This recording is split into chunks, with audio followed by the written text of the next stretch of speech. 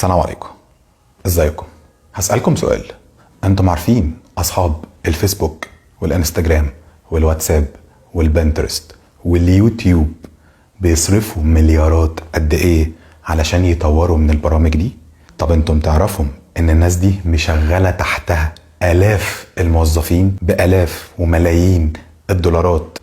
طيب ما سألتش نفسك سؤال؟ انت ازاي بتدخل على الفيسبوك ببلاش؟ محدش بيقولك ادفع مقابل الشركة او ادفع مقابل اجور الموظفين او ادفع مقابل العلماء اللي اخترعوا الذكاء الاصطناعي. ازاي بيخلونا ندخل ببلاش؟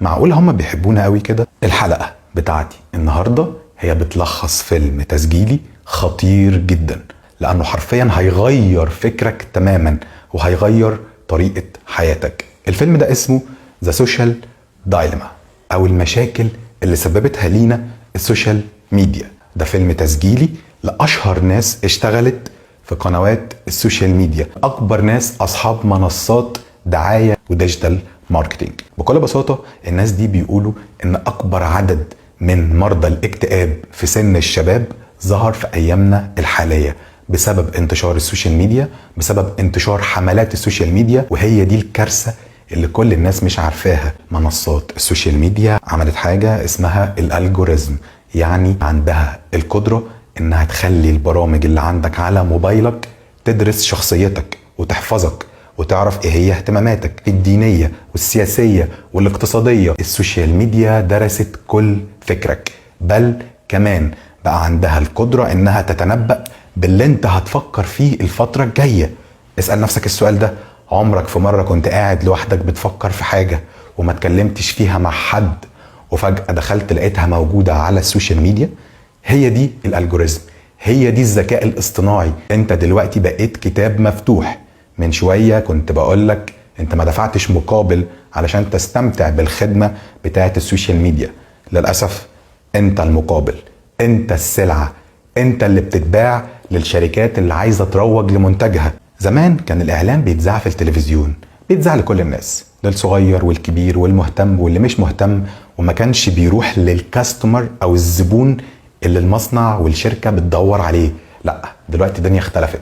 انت لو بتعمل إعلان على السوشيال ميديا انت بتختار بنفسك البرسونا أو البروفايل بتاع الشخص اللي هيظهر له الإعلان ده. لا، ده انت كمان بتختار المكان اللي هو عايش فيه القريب من التجارة بتاعتك. لو انت شخص عايز تغير موبايلك وقعدت تسرش على جوجل وتكتب نيو موبايل او عايز تكتب اسم موبايل جديد، هتدخل على الفيسبوك هتلاقي كل اعلانات الموبايلات جاتلك، كل عروض وخصومات الموبايلات جاتلك. ايه يا عم المشكلة لما يجيبوا لي السلعة اللي انا بدور عليها لغاية عندي واختارها بكل سهولة وكمان عليها خصم؟ اتس اوكي، ما اختلفناش. الكارثة بقى جاية دلوقتي. خليك عارف ان اهم هدف لأصحاب السوشيال ميديا وأهم هدف للألجوريزم الذكاء الاصطناعي اللي قلت لك عليه من شوية هو إنه يخليك أطول فترة ممكنة ماسك موبايلك وأونلاين. أطول فترة ممكنة. يعمل لك تحديثات، يعمل لك أبديتس، يعمل لك لعب تحبها، يعمل لك ايموشنز، يحاول يعمل لك حاجات تستنفذ مشاعرك، يخليك دايما متشوق إنك تفتح الموبايل، يعمل لك علامة حمراء كده على الفيسبوك علشان تلفت انتباهك.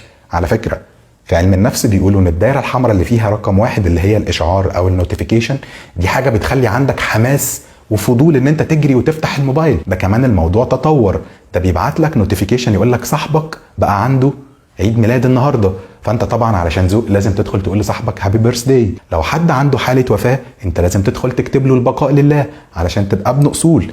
احنا بنتشد للسوشيال ميديا، عايزينك طول الوقت تكون فاتح موبايلك علشان يقرأ أفكارك. السوشيال ميديا لعبت على الهرمونات بتاعة الإدمان جوانا، خلتك تجري على الموبايل وانت الخسران. طب انت خسرت ايه؟ انت خسرت وقت، انت خسرت حياتك، انت خسرت حياتك الأسرية، حياتك الاجتماعية، حياتك المهنية. طول اليوم انت قاعد على الفيسبوك، انت طول اليوم حتى في شغلك ماسك الفيسبوك عمال تعمل انتر اكشن وتعمل لاف وتعمل شير وتعمل كوميك. طيب انا قلت لكم ملخص الفيلم، انا قلت لكم الكوارث اللي احنا مش حاسين بيها، قلت لكم الذكاء الاصطناعي والالجوريزم اللي بيدرس شخصيتك وبيتنبأ انت بتفكر في ايه وهتفكر في ايه المرحلة الجاية. الحل ايه؟ الحل بكل بساطة انك لازم تفصل موبايلك وقت متزن في اليوم. مش هينفع ان انت 24 ساعه فاتح موبايلك، مش هينفع ان انت 24 ساعه عمال تقرا النوتيفيكيشن. ركز في حياتك، طور من نفسك، اعمل شغلك، ركز مع اسرتك، حل مشاكلك، العب رياضه. فبعد اذنكم ركزوا، اقفلوا النوتيفيكيشن، ما تركزش في الحاجات اللي مش مهمه، ما تتابعش صفحات مش مهمه، ما تتابعش اشخاص مش بيعملوا محتوى محترم، ابعد عن الناس الساذجه اللي على التيك توك، البنات اللي بتطلع ترقص، والبنات اللي بتلبس ضيق، والشباب اللي بتعمل حاجات مش لطيفه، والشباب اللي بتتكلم عن الالحاد. في حاجات كتيره جدا على السوشيال ميديا سيئه، اوعى تنجرف وراها. ركز. بعد اذنكم خدوا اجازه من الموبايل شويه وفوقوا وتعلموا اللي بيحصل فينا. شكرا لكم، واتمنى اكون اضفت حاجه جديده في الفيديو النهارده، والسلام عليكم.